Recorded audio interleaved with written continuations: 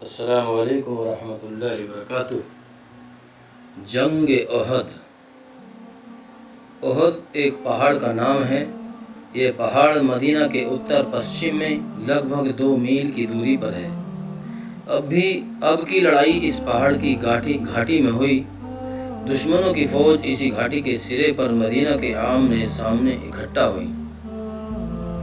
3000 آدمی تھے، 700 ان میں سے کوچ پہنے ہوئے تھے، 200 گھوڑے ساتھ تھے، 70 عورتیں تھیں۔ عورتیں دف بجا کر گاتی اور بدر کی لڑائی میں مارے جانے والوں کے نام لے کر بیان کرتی تھیں۔ مطلب یہ تھا کہ سپاہیوں کو جوش آئے، لڑنے میں پیچھے نہ ہٹیں۔ یہ فوج مکہ سے چلی، تبھی مسلمانوں کو اس کا حال مل چکا تھا۔ اپنے ساتھیوں سے مشورہ کیا، جو لوگ کسی وجہ سے بدر کی لڑائی میں شامل نہ ہو سکے تھے، ان کو فکر تھی کھل کر مقابلہ ہو، اللہ کی راہ میں بہادری دکھانے اور اس کی خوشی حاصل کرنے کا موقع ملے۔ وہ کہتے تھے مدینہ سے نکل کر کافروں کا سامنا کیا جائے۔ آپ کی اپنی رائے آبادی میں رہ کر لڑنے کی تھی۔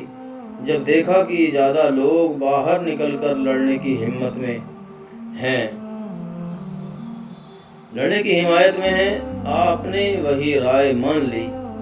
اکثر ایسا ہوتا تھا کہ اگر کسی موقع پر اللہ کا کوئی خاص حکم نہ ہوتا تو آپ اسی رائے کے مطابق عام کام کرتے۔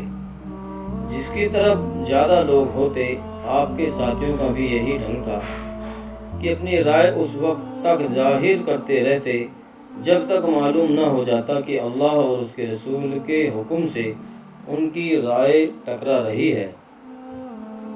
مسلمانوں کی فوج میں کل 700 آدمی تھے، ان میں سے صرف 100 کوچ پہنے ہوئے تھے۔ اتنے آدمیوں کے بیچ صرف 2 گھوڑے تھے۔ ان لوگوں نے احد کے جڑ میں مورچہ لگایا، پہاڑ ان کی پیٹھ پر تھا۔ 50 تیر انداز تھے۔ آپ نے ان کو ایک چھوٹے سے ٹیلے پر مقرر کیا اور کہا، تم یہ دیکھتے رہو کہ پیچھے سے حملہ نہ ہونے پائے۔ تیروں کی بوچھار سے دشمن کو قریب نہ آنے دو، ہوشیار رہنا، اپنی جگہ ہرگز نہ چھوڑنا۔ جب تک اپنی جگہ پر جمے رہو گے ہمارا پلہ بھاری رہے گا۔ اگر تم دیکھو کہ گدھ ہماری بوٹیاں نوچ رہے ہیں تو بھی اپنی جگہ نہ چھوڑنا۔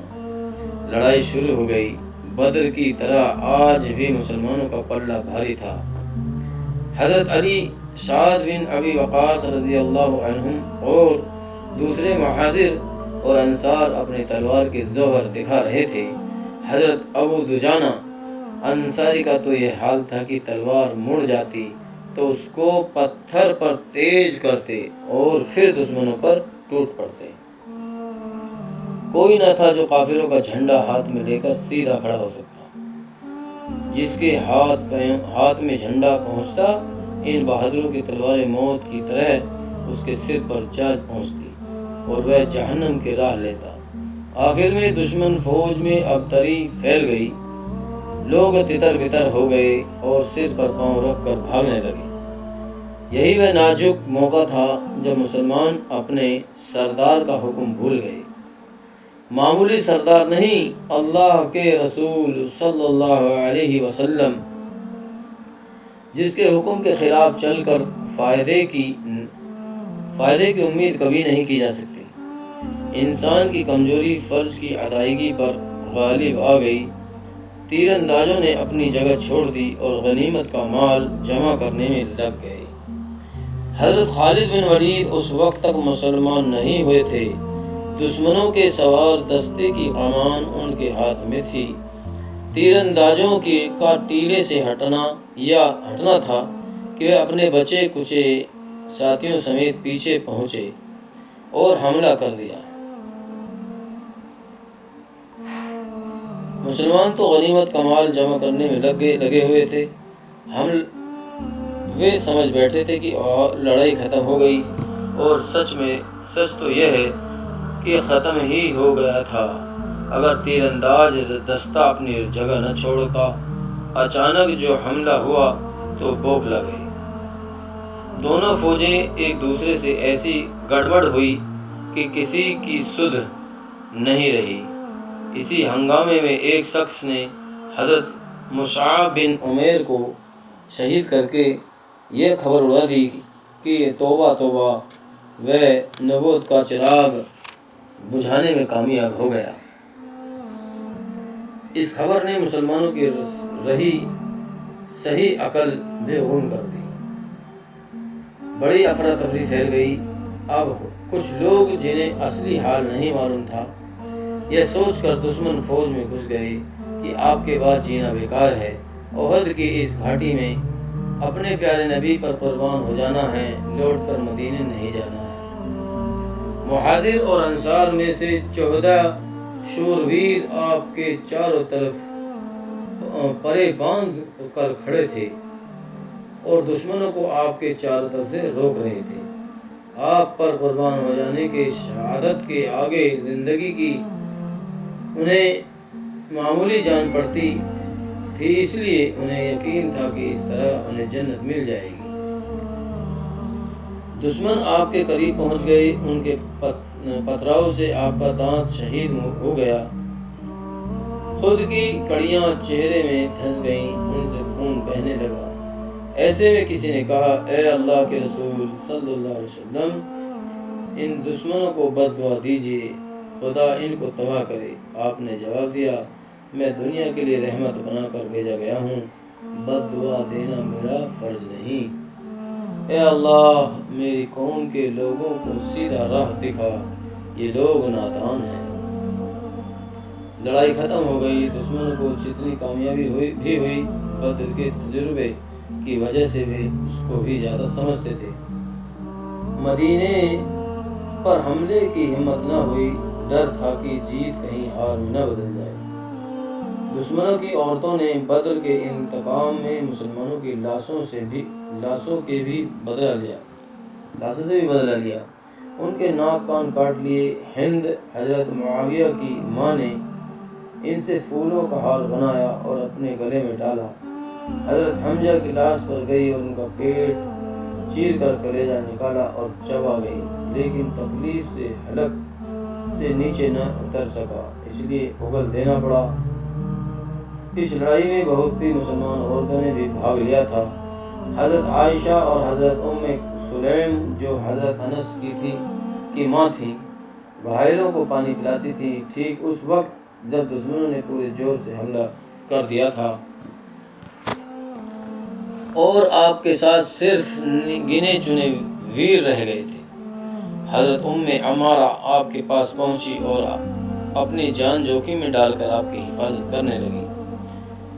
دشمن جب آپ کی طرف بڑھتے تو تیر اور تلوار سے روکتی۔ ابن کمیہ جب آپ کی طرف پہنچ گیا تو حضرت ام عمارہ نے بڑھ کر روکا، اس کے کندھے پر گھاؤ لگا اور گڈھا پڑ گیا۔ انہوں نے بھی تلوار ماری، لیکن وہ دوہرا کوچ پہنے تھا، اس لیے گھائل نہیں ہوا۔ حضرت صفیہ حضرت حمزہ کی بہن ہار کی خبر سن کر مدینے سے نکلی۔ آپ نے ان کے بیٹے حضرت زبیر کو بلا کر سمجھایا کہ یہ حمزہ کی لاش نہ دیکھنے پائے۔ حضرت زبیر نے آپ کا خطوط سنایا، بولی کہ میں اپنے بھائی کی خبر سن چکی ہوں، لیکن خدا کے راستے میں یہ کوئی بڑی قربانی نہیں ہے۔ آپ نے اجازت دے دی، لاش پر گئی۔ عورت کا دل پیارے بھائی کے ٹکڑے بکھرے ہوئے تھے، لیکن صرف اتنا کہہ کر چپ ہو رہی، ہم سب اللہ کے ہیں اور اسی کی طرف پلٹ کر جانا ہے۔ انصار میں سے ایک عورت کے باپ، بھائی، شوہر سب اس لڑائی میں مارے گئے تھے۔ باری باری ان تینوں حادثوں کی خبر ان کے کانوں میں پڑی، لیکن ہر بار صرف یہی پوچھتی رہی تھی کہ رسول اللہ صلی اللہ علیہ وسلم کیسے ہیں۔ جب یہ معلوم ہوا کہ آپ خیریت سے ہیں تو قریب آ کر انہوں نے آپ کا مبارک چہرہ دیکھا اور پکار اٹھی، آپ کے ہوتے ہوئے سب مصیبتیں حل کی ہیں۔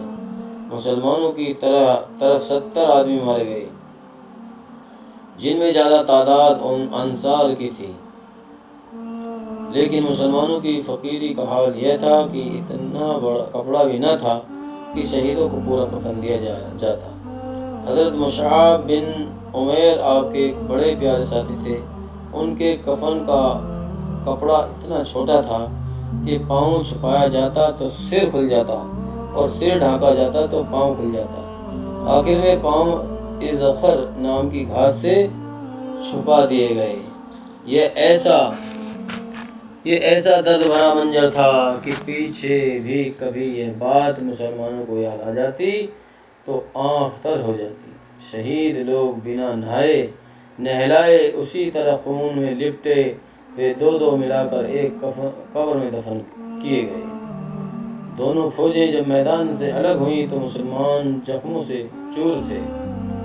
پھر بھی یہ سمجھ کر کہ ابو سفیان مسلمانوں کو ہارا ہوا سمجھ کر دوبارہ حملہ نہ کرے، آپ نے مسلمانوں کو خطاب کر کے کہا، کون ان کا پیچھا کرے گا؟ جلد ہی 70 انسانوں کا ایک گروہ اس کام کے لیے تیار ہو گیا۔ دوستو آگے کا جو ہے ہم واقعہ آگے دوسری کڑی میں سنائیں گے۔ ہمارا channel all rounder Rajput like کریں، شیئر کریں، سبسکرائب کریں۔